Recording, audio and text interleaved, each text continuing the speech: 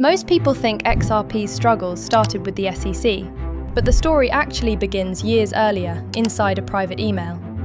This isn't gossip. This is an early crypto document that exposes how rivalries formed behind the scenes.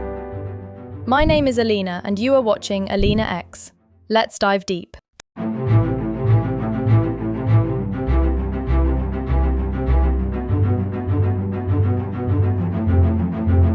Today we're diving deep into one of the most explosive stories in blockchain history.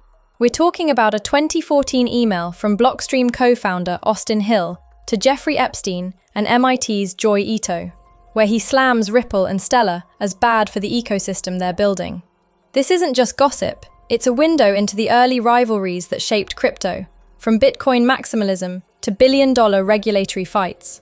And yes, we'll pack this with facts from start to finish, straight from court docs, timelines, and insider accounts.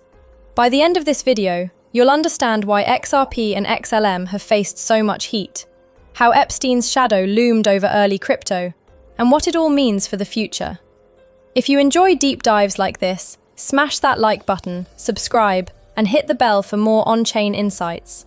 Let's get into it. This script runs well over 2,000 words, so grab a coffee. The spark that ignited this whole conversation came from an email dated July 31st, 2014. Austin Hill, who was co-founder and then CEO of Blockstream, sent a message titled something along the lines of, "Stellar isn't so stellar." The recipients included Jeffrey Epstein, the infamous financier and convicted sex offender, Joi Ito, who was director of MIT's Media Lab at the time, and a CC to Reid Hoffman, co-founder of LinkedIn and a Blockstream board member. In the email, Hill wrote that Ripple and Jed's new Stellar project were bad for the ecosystem they were building, and it did damage to their company to have investors backing two horses in the same race. He urged them to reduce or take away their allocation from investments in Ripple and Stellar, arguing it created a conflict of interest, and even offered to hop on a call to explain the issues further. This email surfaced in the newly released Epstein documents from early 2026, part of a massive dump by the Department of Justice that included over 3 million files, along with thousands of videos and photos. The release came as required by congressional law, and while many files remain under wraps or heavily redacted, this one stood out because of the direct references to Ripple and Stellar.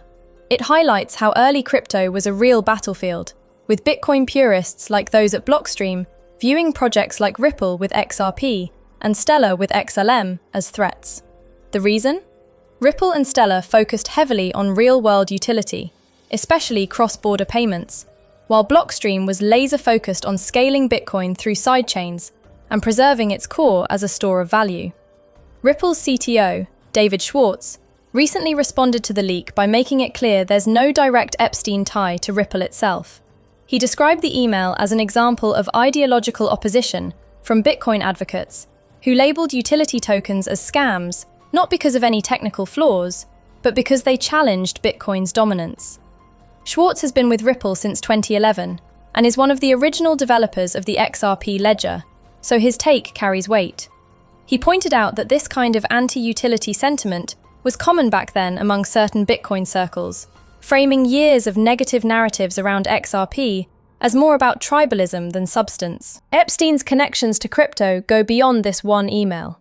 Other messages from 2016 show him claiming he spoke to authors or founders of Bitcoin while pitching a Sharia-compliant digital currency idea.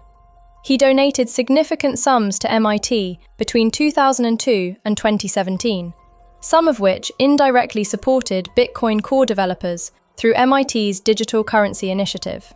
During a 2015 funding crisis at the Bitcoin Foundation, the DCI helped cover salaries for key developers like Gavin Andresen. Epstein also crossed paths with figures like Tether co-founder Brock Pierce and discussed crypto-related tax ideas with Steve Bannon in 2018.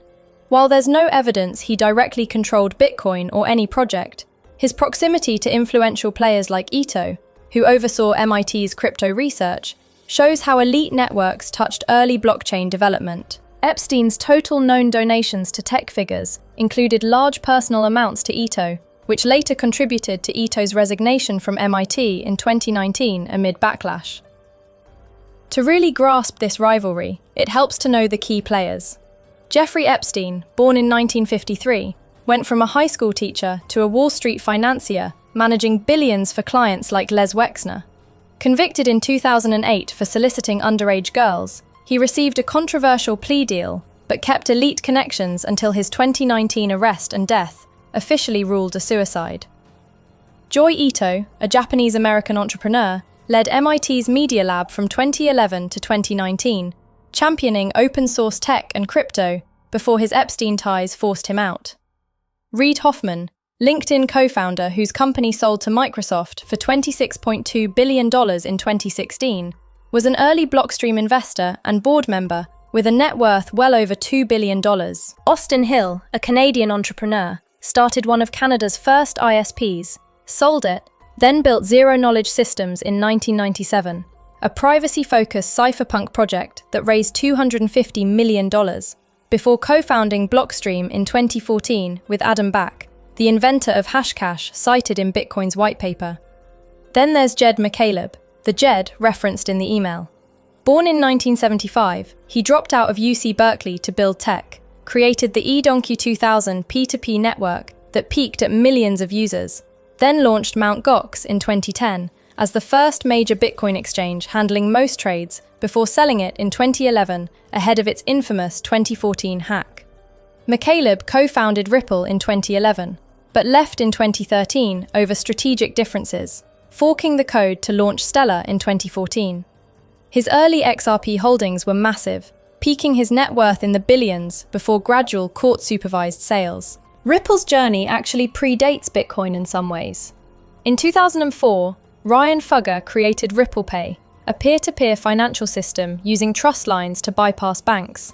By 2011, Jed McCaleb, David Schwartz, and Arthur Brito started building what became the XRP ledger, seeking an energy-efficient alternative to Bitcoin's mining with a consensus mechanism among trusted validators. The ledger launched on June 2, 2012, with 100 billion XRP pre-mined and about 80 billion allocated to the company, then called OpenCoin, to fund development and adoption.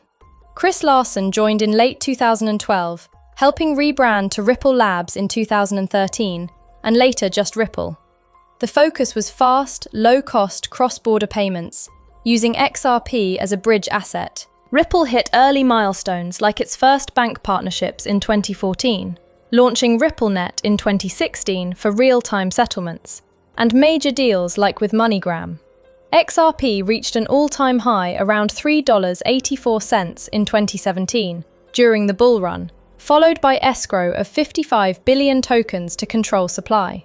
The big turning point came on December 22, 2020, when the SEC sued Ripple, alleging $1.3 billion in unregistered securities sales. Despite delistings and battles, Ripple scored a partial win in 2023 when Judge Analisa Torres ruled that programmatic sales on exchanges weren't securities, though institutional sales violated laws. The case wrapped with a $125 million penalty in 2024, appeals dropped in 2025, and today Ripple partners with hundreds of institutions globally, including deep ties in places like Japan through SBI Holdings. Stellar came directly from McCaleb's exit from Ripple.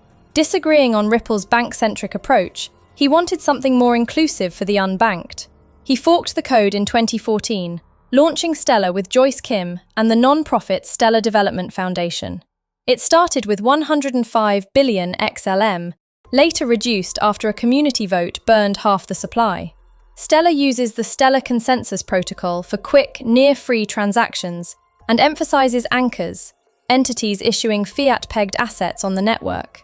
It has grown to millions of accounts, billions in processed volume, and partnerships like IBM's WorldWire, plus stablecoins such as USDC and EURC. Blockstream, meanwhile, positioned itself as Bitcoin's infrastructure arm from day one in 2014, raising millions from big names and focusing on sidechains like the Liquid network to add features without changing Bitcoin's base layer. It became tied to the maximalist view that Bitcoin is the only real cryptocurrency, opposing big block scaling solutions during the heated 2015-2017 debates. Blockstream pushed SegWit and Lightning Network instead, and critics have long accused it of influencing Bitcoin core development through funding. The SEC lawsuit against Ripple dragged on for years, causing massive FUD and price pressure, but XRP has shown resilience. As of right now, in early February 2026, XRP trades around $1.60, with recent fluctuations but steady institutional interest. Stellar's XLM sits lower, around the 30-cent, 40-cent range in recent data, yet both continue building real utility. This whole saga reveals the deep ideological divides in crypto: purists versus pragmatists, store-of-value maximalists versus utility builders. Epstein's tangential involvement underscores how external elite influences sometimes shaped early narratives and funding flows. For anyone holding or watching XRP and XLM, it shows these projects have survived prolonged attacks, regulatory hurdles, and tribal warfare, emerging with strong partnerships and actual adoption. This email isn't ancient history. It's a reminder that crypto was forged in rivalries, backed by powerful networks and driven by competing visions. Stay informed, do your own research, and remember the blockchain space is ultimately about decentralization, not endless division. Thank you so much for watching. If you found this breakdown as eye-opening as I did, smash that thumbs up right now. Don't miss out on our exclusive, never-before-seen insights. Subscribe immediately to join our inner circle at Alina X and stay ahead with every breaking update. I want to hear your thoughts, questions, and theories, so drop a comment below. Every single one will be read and replied to. Act fast, be part of this revolution, and let's redefine the future together.